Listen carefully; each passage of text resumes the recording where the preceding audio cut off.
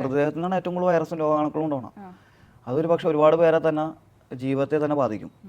എൻ്റെ കൂടെ ആശന്മാരും പലതും ചോര ഛർദ്ദിച്ചതിനെ മരിച്ചേക്കണം, പല അസുഖങ്ങളും ആയിട്ട് വ്രണമായിട്ടും ഒക്കെ തന്നെ മരണപ്പെട്ടേക്കണത്.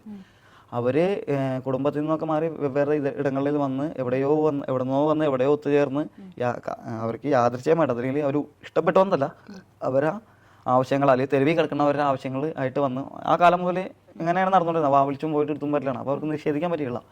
അവർ തന്നെ മദ്യത്തിന് ആശ്രയിക്കുന്നവരുന്നു, മറ്റുള്ള വസ്തുക്കളെ ആശ്രയിക്കുന്നു. അവർക്കും വ്യക്തമായിട്ട് അറിയുന്ന രോഗം വരും. കാരണം നമ്മൾ പണ്ട് കാരണന്മാർ പറഞ്ഞല്ലേ മരണ വീട്ടിൽ പോയി കുളിച്ചിട്ട് കയറണമെന്ന്.